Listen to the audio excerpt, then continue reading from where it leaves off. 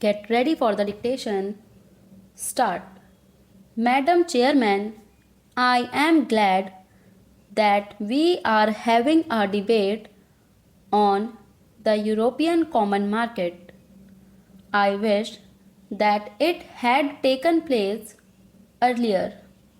Had Parliament been in session when the Minister of Aviation of the UK visited Delhi, it would have had an opportunity for arming government with its views, thus helping it in formulating the statement, but at any rate indicating to the world at large that Parliament is fully behind the Finance Minister in the statement that he has made.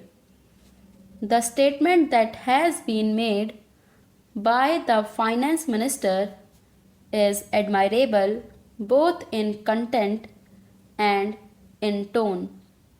The problems that face us as a result of the emergence of the common market of Europe cannot be bypassed.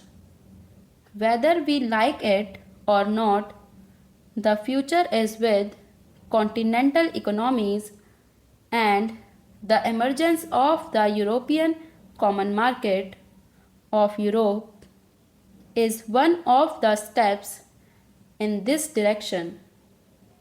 No one can deny the stakes that we have in the matter of entry of the United Kingdom into the common market of Europe. I have done some research into the actual position of our trade, and I think it would perhaps help the House to estimate the magnitude of the problem that is facing us.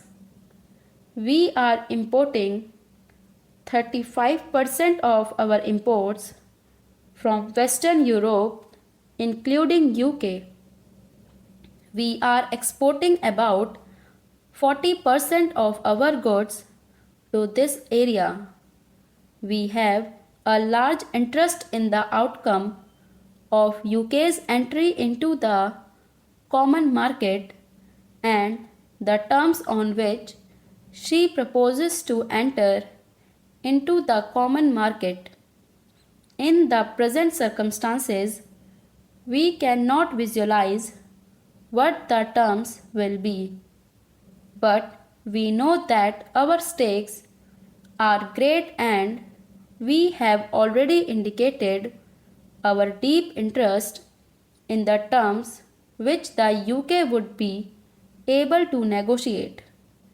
But having made our standpoint clear, it would be unbecoming of us to do anything else except to be prepared for all eventualities. I want the House to realize that while undoubtedly this is a great challenge, we ought to be prepared and not content ourselves with giving expression to certain views which might give the impression to the outside world that we are in a state of panic. To suggest, for instance, that the pattern of our trade should be changed overnight is not realistic. A change over its trade is no solution. My honorable friend Sri Krishna Reddy pointed out that our balance of payments was most unfavorable with Germany. I know that it has been unfavorable, and while partly this is due to Germany imposing very high tariffs, let us realize that we have had to depend for aid and capital from the developed countries, notably Germany, and as such our balance of payments is bound to be unfavorable.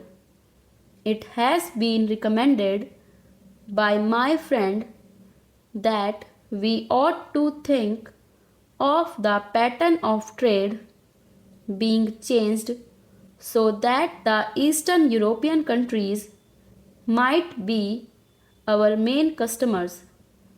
Before us, the advantages of rupee credit and rupee payments are dangled. I only want to sound a note of caution. While it is true that from the point of view of our immediate difficulties, rupee payments offer a solution in the sense of imports not being a current draft on our foreign exchange resources. We ought not to suffer from the delusion that we are getting something for nothing, nor can we think that these rupee payments which are made may not work to our disadvantage. I do not propose to go into this question today, since the issues that merit consideration are different. I hope that Parliament will have an opportunity of discussing the whole scheme of rupee payments on some other occasion, so that we might have an opportunity of weighing the advantages and disadvantages of such rupee payments. No one for a moment objects to diversified pattern of trade, a structure of trade which is not dependent on any particular grouping of nations. We have emphasized to a certain extent this diversified structure of trade. Probably in the future, we have to emphasize it even more. But what is the position today?